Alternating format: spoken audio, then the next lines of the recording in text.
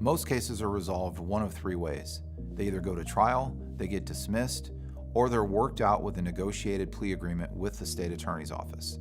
A sentencing hearing comes up in those scenarios where a client doesn't want to go to trial, the state is not willing to dismiss the case, and the client does not want to accept the plea offer that's been made by the state attorney.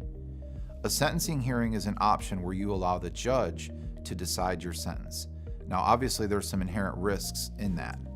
If you're not able to work out a negotiated plea agreement with the state attorney, a lot of our decision is going to come down to where you fall on the sentencing guidelines. If you score out to a mandatory sentence, which is anything more than 44 points, the judge is going to start out with a presumption that he has to send you to prison.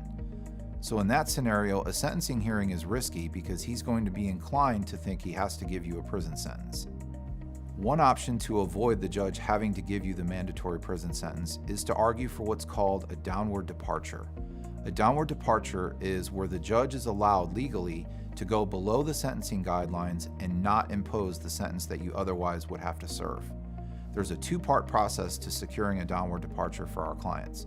The first step is to show the judge legally that he has the legal authority to issue the downward departure, because there are certain criteria that have to be met. The second part of the analysis is that we have to convince the judge that your case is one that's appropriate. In other words, we have to convince him to want to do this for you, even though he doesn't have to. It's completely within the judge's discretion whether or not to issue a downward departure. So that's one factor that goes into our thinking on whether or not to recommend a sentencing hearing. Another factor we'll consider is something called a capped plea. A capped plea is where we weren't able to negotiate a sentence with the prosecutor, but the prosecutor agrees that the sentence won't be any more than a certain amount, which gives us the opportunity to go in knowing that we've limited the potential exposure at the top end, while also preserving the ability to argue for something less with the judge. So it's kind of like having our cake and eating it too. Another option to consider is something called a suspended sentence. A suspended sentence is a sentence that the judge imposes on you, but doesn't require that you serve it immediately. So for example, the judge might say, I sentence you to 5 years probation with 5 years in prison suspended.